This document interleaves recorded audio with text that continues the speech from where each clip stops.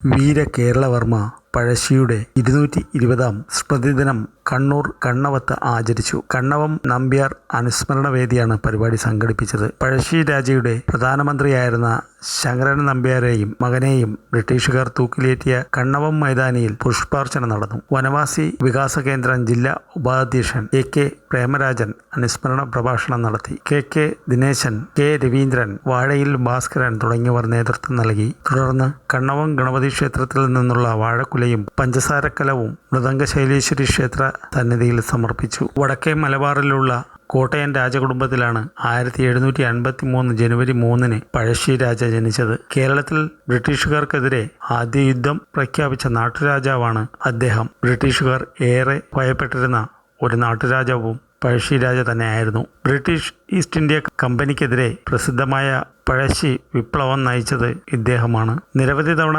ബ്രിട്ടീഷുകാരുമായി പോരാട്ടം നടത്തിയ മഹാനായ സമരനായകൻ 1805 നവംബർ 30-ന് ബ്രിട്ടീഷ് സൈന്യവുമായുണ്ടായ ഏറ്റുമുട്ടലിൽ വീരചരമം പ്രാപിച്ചു. മാനന്തവാടിയിലാണ് പഴശ്ശിയുടെ ശവകുടീരം സ്ഥിതി ചെയ്യുന്നത്.